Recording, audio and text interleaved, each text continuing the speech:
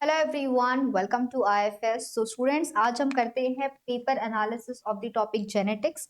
अगर आप टारगेट कर रहे हो आईआईटी जैम बायोटेक्नोलॉजी, तो जेनेटिक्स में से कौन कौन से टॉपिक्स आपको बिल्कुल करने हैं, किन टॉपिक्स को आप मिस कर सकते हो, सारी बातें हम लोग जानेंगे। हम लोग पूरे पिछले 10 साल का पेपर का एनालिसिस डिस्कस करने वाले हैं। So let's have a quick look into all those information. So first of all, अगर हम बात करते हैं जेनेटिक्स की, तो इसको हमने कुछ सेगमेंट्स में डिवाइड किया है। मेंडेलियन जेनेटिक्स की बात करेंगे, मल्टीपल एलील्स की बात करने वाले हैं, जीन इंटरेक्शन क्या होता है, क्रोमोसोमल जो भी आपका एक्स्ट्रा क्रोमोसोमल इनहेरिटेंस होता है, मतलब कि मेन डीएनए के अलावा जो डीएनए ट्रांसफर किया जाएगा, जैसे कि DNA from the mitochondria and the chloroplast. Plus we have to also discuss the human genetic disorders. इसमें आते हैं आपके autosomal conditions and the X linked conditions, plus molecular markers, then the microbial genetics which includes transformation, conjugation, transduction and gene mapping। और last में हम बात करने वाले हैं बच्चों म्यूटेशन से कितने क्वेश्चंस पूछे गए थे। तो अगर मैं बात करती हूँ 2024 की, तो 3 क्वेश्चंस पूछे गए थे जेनेटिक्स से। ये बड़ा नंबर है। 60 क्वेश्चंस में से 3 क्वेश्चंस आना मतलब इज अ बिग नंबर, छोटा मोटा नंबर नहीं है। एक क्वेश्चन पूछा गया था एक्स्ट्रा क्रोमोसोमल इनहेरिटेंस से, एक क्वेश्चन पूछा गया था माइक्रोबियल जेनेटिक्स से, मैपिंग से भी हो सकता है, and one question was asked from either mutations और दी ट्रांसपोजोन्स। अगर आप ये पूरा ट्रेंड देखते चलो, तो आपका जो मेंडेलियन जेनेटिक्स है, मतलब कि जो मेंडल के लॉ है, law of dominance, law of the segregation है, ओके, इंडिपेंडेंट असॉर्टमेंट है, तो भाई जो मेंडल ने जो लॉ दिए थे, उन लॉ के हिसाब से जो क्वेश्चंस बनते हैं, probably they ask you questions from the probability, diseases, आपका जो मोनोहाइब्रिड क्रॉस है, डाईहाइब्रिड क्रॉस है, रेशियोज है, वहां से आपको बातें पूछी जा सकती है।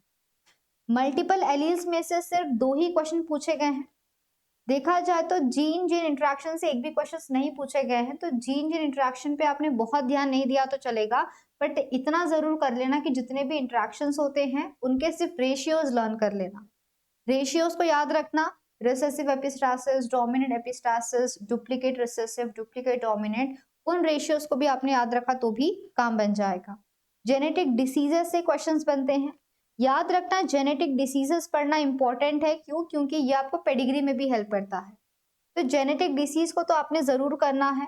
मॉलिक्यूलर मार्कर से क्वेश्चन रेयरली मिल रहा है, तो इस पे आपने बहुत ध्यान नहीं दिया तो चल जाएगा। जेनेटिक, अगर हम बात करते हैं माइक्रोबियल जेनेटिक्स की, जहां पे हम बात करते हैं हॉरिजॉन्टल जीन ट्रांसफर की, processes like conjugation, transformation, transduction and gene mapping. Gene mapping भी हम लोग पढ़ते हैं, सिंपल प्रोसेस होती है, तो यहाँ से भी सवाल बनते हैं और कंसिस्टेंटली पिछले 2 साल से भी क्वेश्चंस यहाँ से पूछे जा रहे हैं। Next, when we talk about the mutations, तो भाई पॉइंट म्यूटेशंस है, ग्रॉस म्यूटेशंस है, तो यहाँ से भी आप लोगों के सवाल पूछे जा सकते हैं फ्रॉम द टॉपिक म्यूटेशंस। तो पॉइंट म्यूटेशन, ग्रॉस म्यूटेशन मतलब क्या? तो पॉइंट म्यूटेशन में सिंगल बेस म्यूटेशंस होते हैं। Gross mutation we have to study all the aneuploidy and euploidy. Structural changes है या न्यूमेरिकल चेंजेस है, डिलीशन, डुप्लीकेशन हो रहा है, या पूरा का पूरा प्लॉइडी लेवल ही चेंज हो रहा है, डिप्लॉइड से ट्रिप्लॉइड बन चुका है क्या प्लांट कोई। एनिमल्स तो हम इसको सरवाइव नहीं कर पाएंगे, पर प्लांट्स में सर्वाइवल देखी जा सकती है। तो यहां से भी आप देख सकते हो, तो क्वेश्चंस आपके बन रहे हैं। तो ओवरऑल मेंडेलियन जेनेटिक्स आप लोग ने जरूर पढ़ना है, बिकॉज वहां से क्वेश्चंस बनेंगे।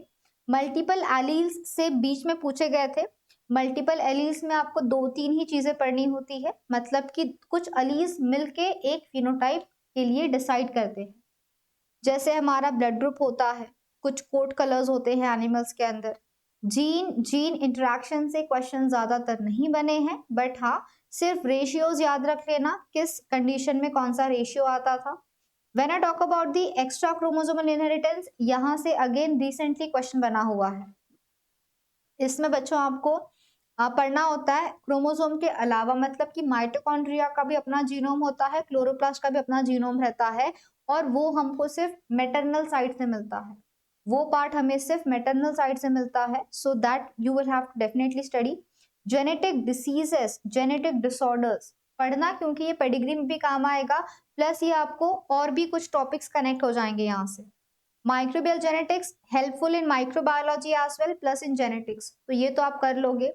जीन मैपिंग अगर आपको आती है अच्छी से इस टाइम पे तो कर लो, नहीं आती है तो इसको अभी के लिए आप रहने देना। फॉर्मूला देखो, जम जाएगा तो कर लो, नहीं तो मत करो, चलेगा। देन म्यूटेशंस इजी होता है, डायग्रामेटिकली समझने की कोशिश करोगे तो समझ में आ जाएगा। ट्रांसपोजॉन्स के कुछ टाइप्स होते हैं स्पेसिफिकली हमारे, उन टाइप्स पे आपने ध्यान दिया तो भी आपका काम बन सकता है। So these are some important information about the topic genetics.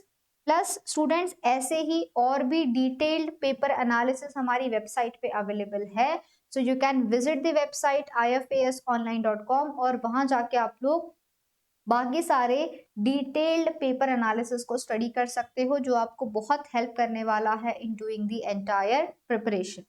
सो आपको और कोई भी इंफॉर्मेशन चाहिए है एग्जाम रिलेटेड, चाहे PYQs हो, चाहे सेशंस हो, चाहे स्ट्रैटेजी सेशन हो, चाहे पेपर का पैटर्न हो, PYQs सारे ईयर्स के यहाँ पे अवेलेबल है। इसके अलावा काफी सारे प्रैक्टिस क्वेश्चंस अवेलेबल है। बच्चों आप डेफिनेटली यहाँ पे विजिट करके ये सारी चीजों को एक्सेस कर सकते हो। Okay, so study well, get a good rank, get a single digit rank, and get selected at your dream college. See you all soon. Have a great day. Very happy learning to all.